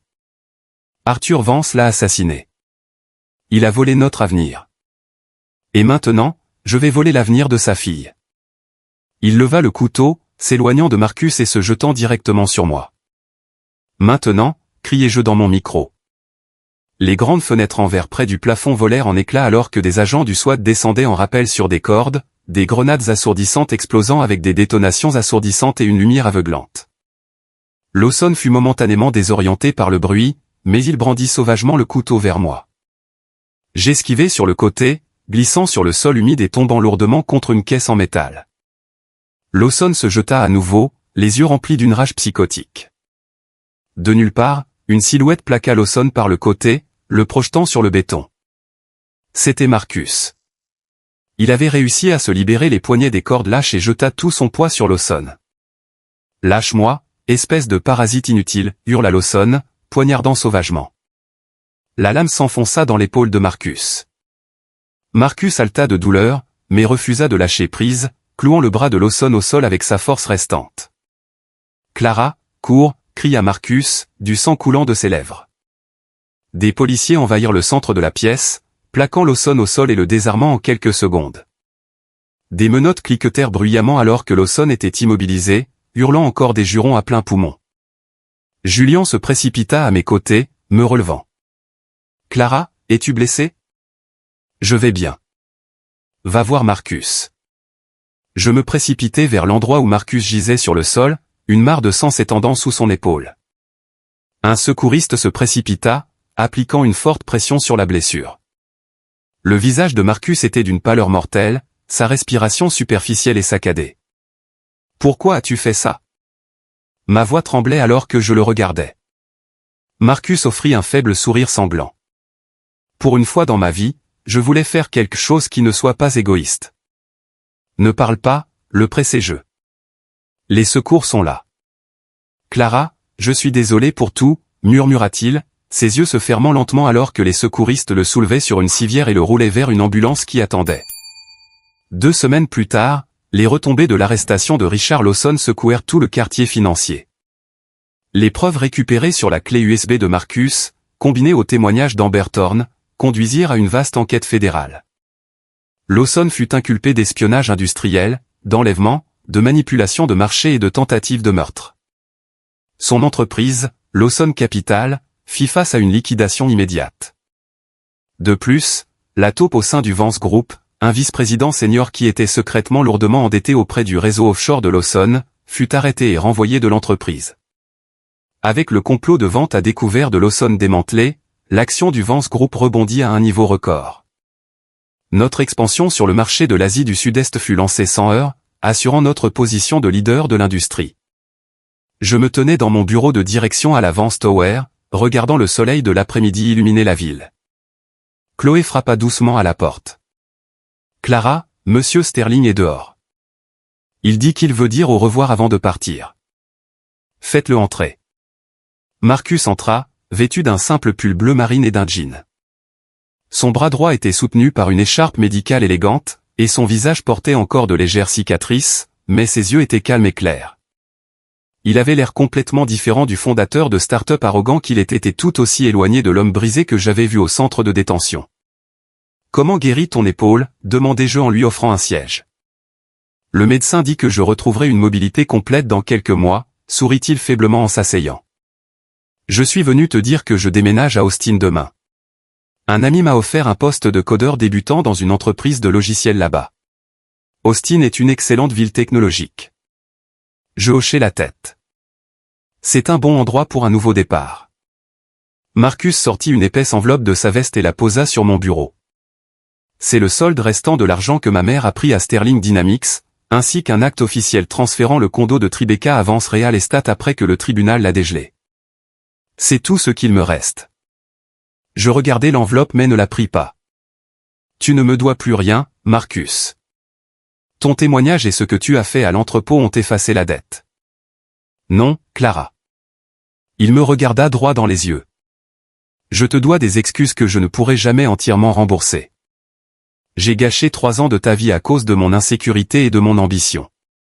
J'ai laissé ma mère te maltraiter et j'ai trahi la seule personne qui ait jamais vraiment cru en moi. Il se leva et s'inclina profondément devant moi, un geste lent et sincère de remords profond. J'espère que tu trouveras le bonheur que tu mérites vraiment avec Julian, dit-il doucement. Merci, Marcus, répondis-je tranquillement. Bon voyage. Il se tourna et se dirigea vers la sortie. Alors que sa main touchait la poignée de la porte, il s'arrêta une brève seconde sans se retourner, puis sortit dans le couloir, fermant doucement la porte derrière lui. Je regardai par la fenêtre, observant sa silhouette lointaine émerger du bâtiment en bas, portant un petit sac de sport alors qu'il marchait vers l'entrée du métro. Le chapitre de ma vie impliquant Marcus Sterling était officiellement clos, ne laissant derrière lui ni colère, ni regret, seulement une paix profonde et tranquille. Ce soir-là, j'assistais à un dîner organisé à la résidence de la famille Montgomery dans l'Upper East Side de Manhattan. La mère de Julian, Evelyn Montgomery, était assise en bout d'une longue table à manger en acajou. C'était une femme élégante aux yeux bleus vifs et aux cheveux argentés, qui m'évaluait silencieusement pendant que le dîner était servi. Mademoiselle Vance, Evelyne posa délicatement son verre de vin. Julien m'a tout raconté sur ce qui s'est passé à l'entrepôt de Brooklyn. Je gardais une posture droite et calme. J'espère que cela ne vous a pas alarmé, Madame Montgomery. M'alarmé? Evelyne offrit un rare et subtil sourire. Au contraire, une femme qui peut tenir tête à un prédateur d'entreprise impitoyable comme Richard Lawson tout en protégeant l'empire de sa famille n'est pas quelqu'un que j'appellerais jamais une marchandise endommagée. Julien regarda sa mère avec surprise, puis se tourna pour me sourire chaleureusement. Evelyne prit son verre et le leva vers moi. Bienvenue dans la famille, Clara. 3 ans plus tard, le soleil du matin brillait de 1000 feux sur un complexe hôtelier côtier à Maui, Hawaï, où Julien et moi célébrions notre 2e anniversaire de mariage. Nos jumeaux de 18 mois, un garçon et une fille, jouaient joyeusement sur la pelouse sous la surveillance attentive de mes parents et de Bernard. Julien s'approcha derrière moi, enroulant doucement ses bras autour de ma taille et posant son menton sur mon épaule. « À quoi penses-tu » murmura-t-il en m'embrassant la joue. Je pensais à quel point la vie est imprévisible, souris-je en m'appuyant contre sa poitrine chaude. Il y a 4 ans, je pensais que ma vie était complètement ruinée. Je n'aurais jamais imaginé être ici aujourd'hui, entouré de tant d'amour. Julien me tourna pour me faire face, ses yeux remplis d'une chaleur infinie. C'est toi qui as construit cette vie, Clara. Ta force t'a amené ici. De l'autre côté de la pelouse, ma mère nous appela, tenant notre fille souriante, tandis que mon père poursuivait notre petit garçon qui riait aux éclats en courant sur l'herbe. Je regardais ma famille, ressentant un profond et écrasant sentiment de gratitude. Les épreuves douloureuses du passé s'étaient estompées comme la neige d'hiver, laissant derrière elle un esprit résilié et un avenir illuminé par un soleil éclatant. Mon téléphone sonna avec une notification. C'était une carte postale numérique d'un expéditeur anonyme d'Austin, au Texas, montrant un ciel bleu vif au-dessus d'un parc technologique prospère. Le message disait simplement « Le temps est magnifique ici aujourd'hui. Je vous souhaite, à vous et à votre famille, une paix et un bonheur éternel. » Je souris, enregistrai l'image et fermai le téléphone, me retournant pour enrouler mes bras autour du cou de mon mari alors que la douce brise tropicale passait doucement.